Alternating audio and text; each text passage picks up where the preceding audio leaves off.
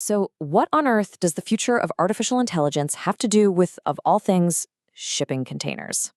I know it sounds a little out there, but the answer actually points to this really powerful pattern in how technology grows and changes. Let's dive in because the lessons learned on cargo ships decades ago might just be the key to unlocking AI's next big chapter. This isn't a new story. We've actually seen this movie before. Decades ago, the entire shipping industry moved from giant central hubs to these distributed networks. Then, fast forward to around 2014, and the software world had the exact same reckoning, shifting from huge, clunky applications to nimble microservices. And now? Well, now it's AI's turn. It's standing at that very same crossroads. All right, so here's our game plan. We're going to start with why this all feels so familiar. Then, we'll get into the weeds on the hidden traps of cost and speed. From there, we'll see how going distributed can actually build more trust and unlock some incredible teamwork. We'll touch on building resilience right into the design, and then we'll wrap up with what this all means for AI's next big move. Okay, first up, a familiar story. The big challenge that AI is wrestling with today, it isn't new, not at all. It's a problem that other massive industries have already bumped up against and solved. For the longest time, the default move for, well, just about everything was the monolith. Whether it's a giant shipping port or one massive piece of software, the thinking was simple. Put everything in one central place. It looks neat on a whiteboard, it's easy to control, it makes sense, right? But reality, as it always does, got in the way. As these monoliths grew, they became incredibly complex and, honestly, pretty fragile. The whole thing could grind to a halt because of one little problem. The sheer weight of running it all became crushing. Eventually, the system just couldn't take the strain anymore. Something had to give. And that leads us right into the big issues for centralized AI today. When you boil it all down, it comes back to two things that can absolutely hamstring an operation: cost and speed. This slide just lays it out perfectly, doesn't it? On one side, you've got the pitch. It's simple, elegant, easy to sell in a meeting.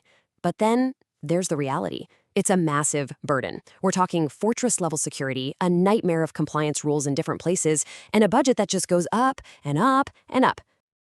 And then you've got the speed problem. I mean, this is a killer. Imagine you've got critical data popping up in Singapore, but the AI that's supposed to analyze it is sitting in a data center in Virginia. By the time that information travels halfway across the planet, gets processed, and a decision comes back, the moment is gone. Which brings us to this one, critical line. The intelligence is too late. In fields like security or logistics, speed isn't just a nice to have, it's the whole point. If your big insight shows up after the event has already happened, it's not intelligence anymore. It's just a history lesson. Okay, so this is where things get really interesting and maybe a little counterintuitive. It turns out that spreading things out can actually make a system more secure, not less. Let's see how you can build trust by distributing the load. And the magic ingredient here is something called federated learning. Here's the best way to think about it. Instead of forcing all your sensitive data to travel to one big central brain, you send a small piece of the brain out to the data. The AI models do their training right there, locally. The only thing that gets shared back are the lessons learned, the patterns, the raw, sensitive data. It never leaves home. So just think about the kind of security bet you're making. A centralized system is like putting every single one of your eggs in one basket, then hoping nobody drops it. One breach, and it could be game over. But with a federated network, that risk is spread out. If one part of the network gets hit, the rest of it keeps on ticking. It's just a fundamentally smarter, more robust way to build. Now, what about working together? This is another area where decentralization just completely flips the script. You can actually move way faster and collaborate more effectively without ever having to compromise on data privacy. Oh man, the old way was just a slog. First, you've got months, sometimes years, of lawyers negotiating data sharing agreements. Then you have to build this massive, expensive central database. Then you have to physically move all the data. And only then, after all that pain, can you finally start the actual work. It's a total nightmare. But the federated way? It's a game changer. Suddenly, banks can team up to spot huge fraud rings without ever sharing a single customer's transaction data. Hospitals can work together to build incredible diagnostic tools without ever exposing patient records. Everybody gets the benefit of the group's knowledge, but nobody has to give up their data security. It's the best of both worlds. And the impact on how fast you can move? It's just staggering. What used to take months or years of legal and technical headaches can now get done in a matter of weeks. That's not just a small improvement, that's a whole new way of operating. Okay, let's talk resilience. Because let's be honest, in the real world, things break, systems go down. And the way you build your system determines whether a small hiccup becomes a full-blown catastrophe.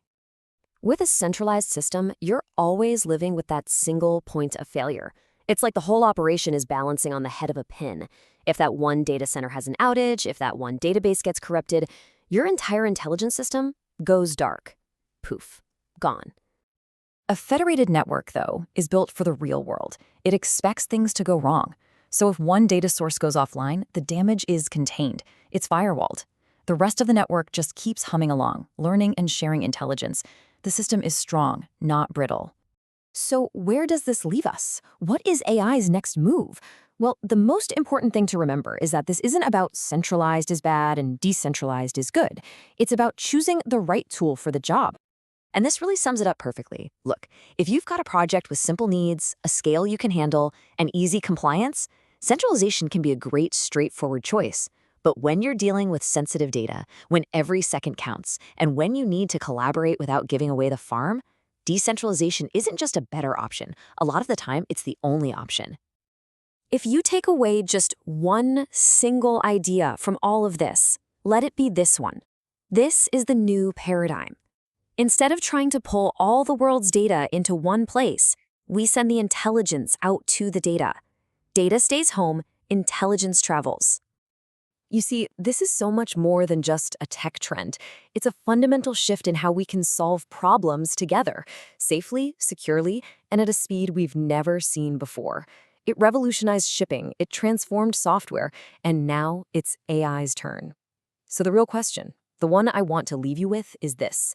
Knowing what's possible, what will you build?